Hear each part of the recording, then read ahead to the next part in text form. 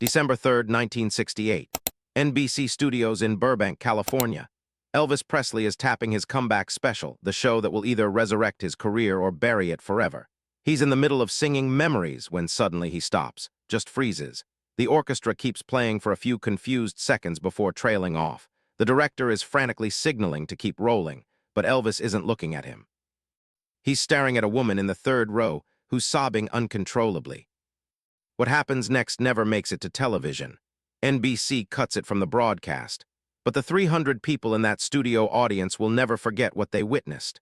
Because Elvis Presley, the king of rock and roll, does something that changes everyone's understanding of who he really was. To understand why this moment mattered so much, you need to know where Elvis was in his life in 1968. This wasn't the young, dangerous Elvis who'd scandalized America with his hip movements. This was a 33-year-old man who'd been making forgettable movies for 7 years. The Beatles had conquered America. The Rolling Stones were the new rebels.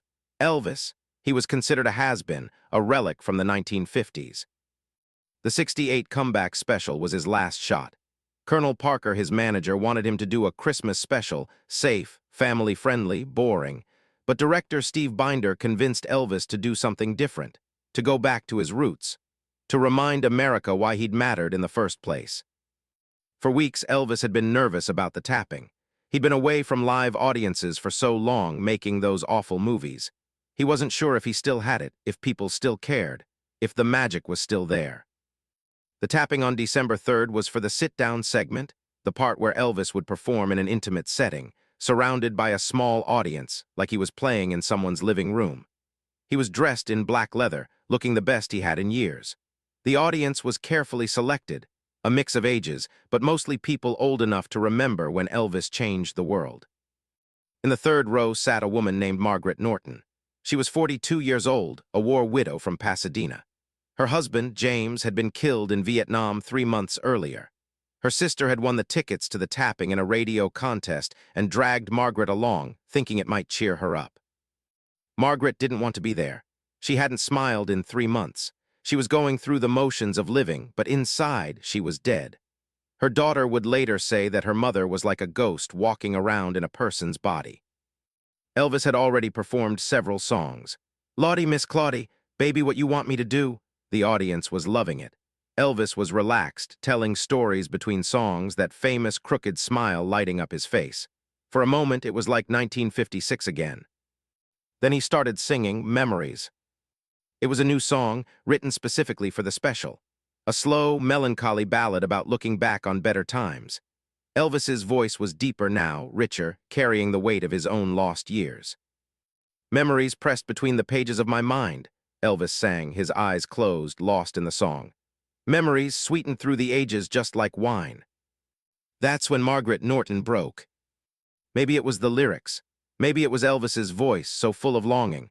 Maybe it was just that she'd been holding it together for so long and couldn't anymore.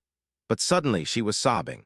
Not crying quietly, but sobbing, her whole body shaking, gasping for breath, the kind of crying that comes from so deep inside it feels like it might tear you apart. The people around her didn't know what to do. Her sister tried to comfort her, but Margaret couldn't stop. The cameras kept rolling. Elvis kept singing. "Quiet memories come floating through my mind," Elvis continued. But then something in Margaret's crying cut through to him. He opened his eyes, still singing, and saw her. Their eyes met across the studio. Elvis saw not just a woman crying, but a soul in absolute anguish. He saw pain that matched something deep inside himself, the loss of his mother 10 years earlier, the loneliness of fame, the weight of dreams that had turned into nightmares. Elvis stopped singing. Just stopped. Mid-word. The orchestra, confused, continued for a few more bars before the conductor realized something was wrong and signaled them to stop. The studio went silent except for Margaret's sobbing.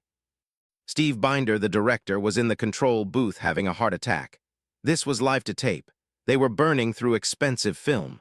Colonel Parker was gesturing wildly, telling them to stop rolling. But Elvis wasn't paying attention to any of that. He carefully set down his guitar and stood up. Without saying a word, he walked off the small stage and into the audience. Security moved to follow him, but Elvis waved them off. He made his way to the third row, to where Margaret Norton sat sobbing. The audience parted to let him through. Nobody spoke. It was like watching something so private, so personal, that even witnessing it felt like an intrusion. Elvis knelt down in front of Margaret. He didn't say anything at first. He just took her hands in his. Margaret looked up at him, her face a mess of tears and runny makeup, and tried to apologize. "I'm so sorry," she gasped. "I'm ruining your show." Elvis shook his head. "No, ma'am," he said softly, but his microphone was still on so everyone could hear. "You're not ruining anything. Sometimes the heart just needs to speak and tears are its language." Then Elvis did something nobody expected. He asked her, "What's his name?" Margaret looked confused. "What?" "The person you're crying for, what's his name?" "How did you?" "I've worn that kind of grief, ma'am. I know what it looks like. What's his name?" "James," Margaret whispered. "My husband, he was killed in Vietnam in September." A gasp went through the audience. This was 1968. The war was tearing America apart. Everyone knew someone who'd been touched by it. Elvis's own eyes filled with tears. "Tell me about James," he said. "We can't do this here," Margaret said, suddenly aware of all the people watching. "Your show." "This is my show," Elvis said firmly. "And right now nothing's more important than this. Tell me about James." So there, in front of 300 strangers and rolling cameras, Margaret Norton told Elvis about her husband. James had been a music teacher at a local high school. He'd enlisted because he believed in serving his country, even though he was against the war. He'd played guitar, loved jazz, and had actually taken Margaret to see Elvis perform in 1957 at the Los Angeles Pan Pacific Auditorium. "He loved your music," Margaret said, almost laughing through her tears. "He used to say you were the only white man who understood the blues." Elvis smiled sadly. "He sounds like he was a wise man." He was supposed to come home in October. He had 30 days left. 30 days. Margaret's voice broke again. "They said it was a sniper. He was helping evacuate a school that had been hit. He went back for one more child." The studio was absolutely silent. Many in the audience were crying now. The cameras were still rolling, but nobody was thinking about the show anymore. Elvis was quiet for a moment. Then he said, "My mama died when I was in the army. I thought I'd die too. The pain was so bad. I know it's not the same as losing a husband, but I understand something about having your heart ripped out while you're supposed to be serving your country." He stood up, still holding Margaret's hands, and gently pulled her to her feet.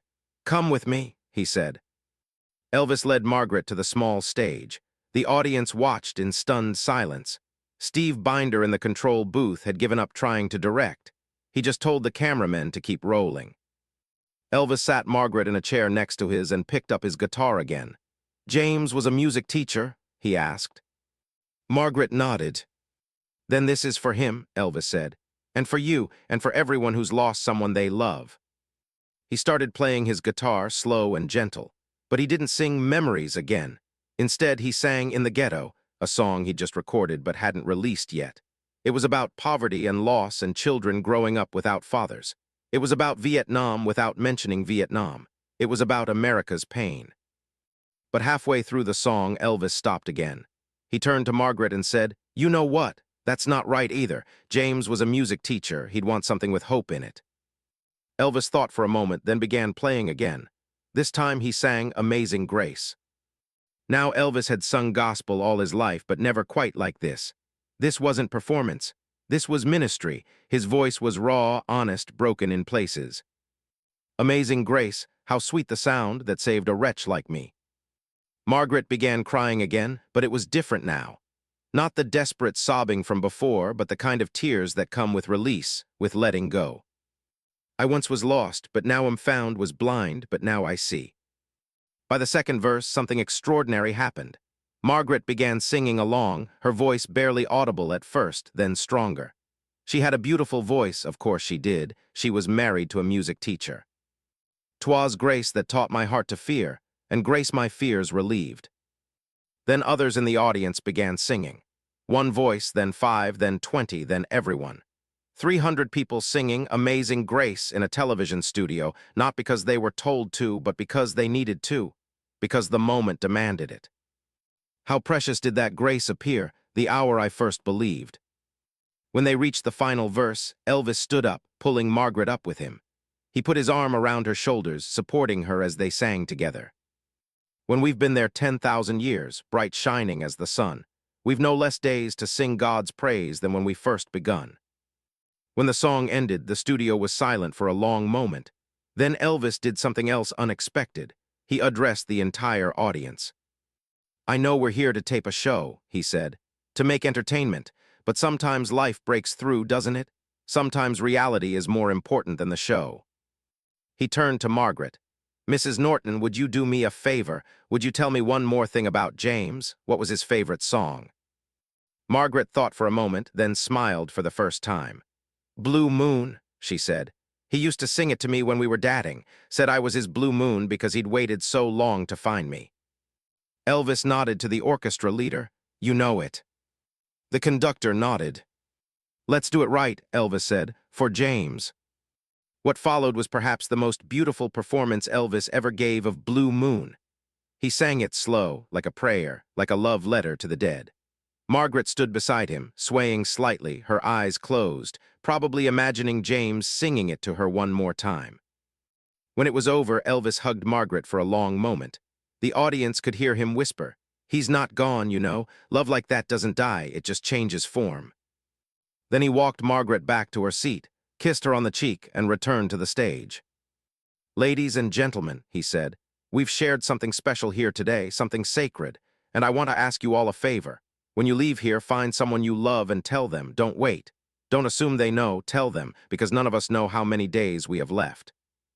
The cameras captured everything. 23 minutes of raw, unscripted television that showed Elvis Presley not as the king of rock and roll, but as a human being connecting with another human being in pain. Steve Binder desperately wanted to include it in the special. He knew it was the most real, most powerful thing Elvis had ever done on camera. But Colonel Parker shut it down immediately. "This is supposed to be a comeback special, not a funeral," Parker argued. "People tune in to be entertained, not to cry about Vietnam." NBC executives agreed. In 1968, television was supposed to be an escape from reality, not a confrontation with it. The Vietnam War was tearing the country apart. The last thing they wanted was Elvis Presley making people cry about dead soldiers on primetime TV. There was also concern about how it would affect Elvis's image. This was supposed to relaunch him as a vital, sexy, dangerous performer, not as a minister or therapist.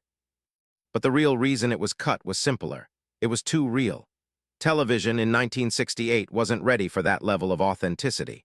The moment between Elvis and Margaret Norton wasn't entertainment, it was truth. And truth that raw, that immediate, was considered too dangerous for broadcast. So they reshot the segment. Elvis performed Memories again, this time making it all the way through.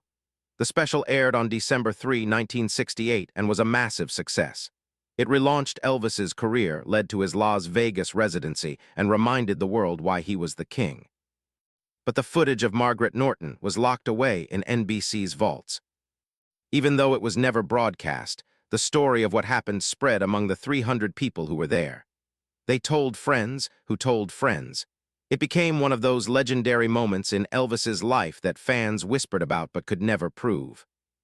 Margaret Norton never forgot that day. She later said it saved her life. "I'd been planning to kill myself," she admitted years later. "I had it all planned out. After the tapping, I was going to go home and take every pill in the medicine cabinet. I couldn't face Christmas without James. But when Elvis knelt in front of me, when he looked into my eyes and saw my pain and didn't turn away, something changed. He could have just kept singing. Everyone would have understood, but he stopped everything, his comeback, his career, his big moment, to comfort a stranger. He made me feel like my pain mattered, like James's death mattered, like I mattered." Margaret became a grief counselor, specializing in helping war widows. She spent the next 40 years of her life helping other women who'd lost husbands in Vietnam and later in other wars. She always told them the story of the day Elvis Presley stopped his show for her. Elvis never spoke publicly about what happened. When asked about the tapping years later, he'd just say, "We captured something special that day. Not all of it made it to TV, but the important stuff never does." But privately, those close to Elvis said the encounter with Margaret Norton affected him deeply. His friend Jerry Schilling later revealed, "Elvis talked about that woman for years. He'd say, Jerry, I've performed for presidents and kings, but that moment with Mrs. Norton, that's when I knew why God gave me this voice. Not to be famous, but to be there when people need something to hold on to. For decades, the footage was considered lost. Urban legend, a story that grew with each telling. Then in 2015, an NBC archivist named David Chen was digitizing old footage from the 1968 special. In a box labeled Rehearsals Unusable, he found several reels of film. One was labeled simply December 3 Hold. It was the complete, unedited footage of Elvis and Margaret Norton. David watched it alone in a small viewing room and, by his own admission, cried for 20 minutes afterward. He knew he'd found something extraordinary, not just a piece of Elvis history, but a document of human compassion that transcended entertainment. NBC struggled with what to do with the footage. Margaret Norton had passed away in 2010, but her daughter, Sarah, was still alive. They contacted her, and she flew to Los Angeles to view the footage of her mother and Elvis. "I'd heard the story my whole life," Sarah said. "Mom told it at every family gathering, but to see it, to watch Elvis comfort my mother when she was at her absolute lowest, it was like watching an angel at work." Sarah gave permission for the footage to be released, but with conditions. It couldn't be used for commercial purposes. It couldn't be edited or sensationalized. It had to be shown in its entirety with context. In 2018, on the 50th anniversary of the comeback special, NBC finally aired the footage as part of a documentary called Elvis, The Lost Performance. The response was overwhelming. In an era of manufactured reality TV and scripted spontaneity, watching Elvis Presley stop everything to comfort a grieving widow felt revolutionary. It reminded people that before celebrities were brands, they were human beings. That before Elvis was the king, he was a man who understood loss and wasn't afraid to share that understanding. The Margaret Norton incident wasn't isolated. Throughout his career, Elvis regularly stopped shows to help people in distress. But most of these moments were never filmed, or if they were, the footage was destroyed or hidden. There was the time in 1970 when he stopped a concert in Phoenix because he saw a young girl in a wheelchair crying. He brought her on stage, sang "Love Me Tender" just for her, and later paid for her medical treatments. There was the incident in 1975 when he noticed an elderly man having a heart attack in the audience. Elvis stopped mid-song, called for doctors, and stayed with the man's wife until the ambulance arrived. He then dedicated the rest of the show to the man and visited him in the hospital the next day. These weren't publicity stunts. Most of them never made the papers. They were just Elvis being Elvis, a man who, despite his fame and struggles, never lost his ability to recognize and respond to human pain. Priscilla Presley once said, "Elvis had this ability to see through everything, the screaming fans, the bright lights, the chaos, and notice the one person who really needed him. It was like he had radar for broken hearts." The footage of Elvis and Margaret Norton remains one of the most powerful documents of human compassion ever captured on film. It shows us a different Elvis, not the hip-shaking rebel, not the movie star, not even the musical genius, but Elvis the human being who understood that sometimes the most important thing you can do is stop everything and acknowledge someone else's pain. In today's world, where celebrities are managed down to their last Instagram post, where every moment of spontaneity is actually scripted, where showing genuine emotion is considered a liability, the footage feels almost alien. Could you imagine a modern pop star stopping a filmed comeback special to comfort a crying fan? Their management would tackle them before they got off the stage. But that's what makes Elvis's action so powerful. In that moment, he chose humanity over performance, compassion over career, truth over television. He recognized that Margaret Norton's grief was more important than his comeback. The special that aired made Elvis a star again. But the footage that was cut showed who Elvis really was, a man who knew pain, who recognized it in others, and who wasn't afraid to stop everything to try to ease it, even just a little. Margaret Norton lived until 2010. She never remarried. She kept a photo of James next to a photo from that day at NBC when Elvis Presley held her hands and told her that love doesn't die, it just changes form. She spent the rest of her life proving him right, transforming her grief into a mission to help others. And Elvis, he went on to his Vegas years, his jumpsuit era, his sad decline. But those who were in the studio that day in December 1968 say they saw the real Elvis, not the image, not the industry creation, but the man. A man who understood that fame means nothing if you can't use it to ease someone's suffering. That all the screaming fans in the world don't matter as much as one person who needs to know they're not alone in their pain. The footage NBC didn't want you to see shows us something television rarely captures. The moment when a performance becomes a prayer, when entertainment becomes ministry, when a celebrity becomes truly, fully human. That's why it was never televised. It was too real for TV. But maybe that's why it matters even more today, as a reminder that behind every image is a person, behind every performance is a soul, and sometimes the most important thing any of us can do is stop everything and say to someone in pain, "I see you. You matter. You're not alone." Elvis saw Margaret Norton that day, really saw her. And in seeing her, in stopping for her, in singing for her dead husband, he showed us who he really was. The king, sure. But more importantly, a human being who never forgot what it felt like to hurt, and who used his platform to make sure others knew they weren't hurting alone. That's the Elvis they didn't want you to see. That's the Elvis that mattered most.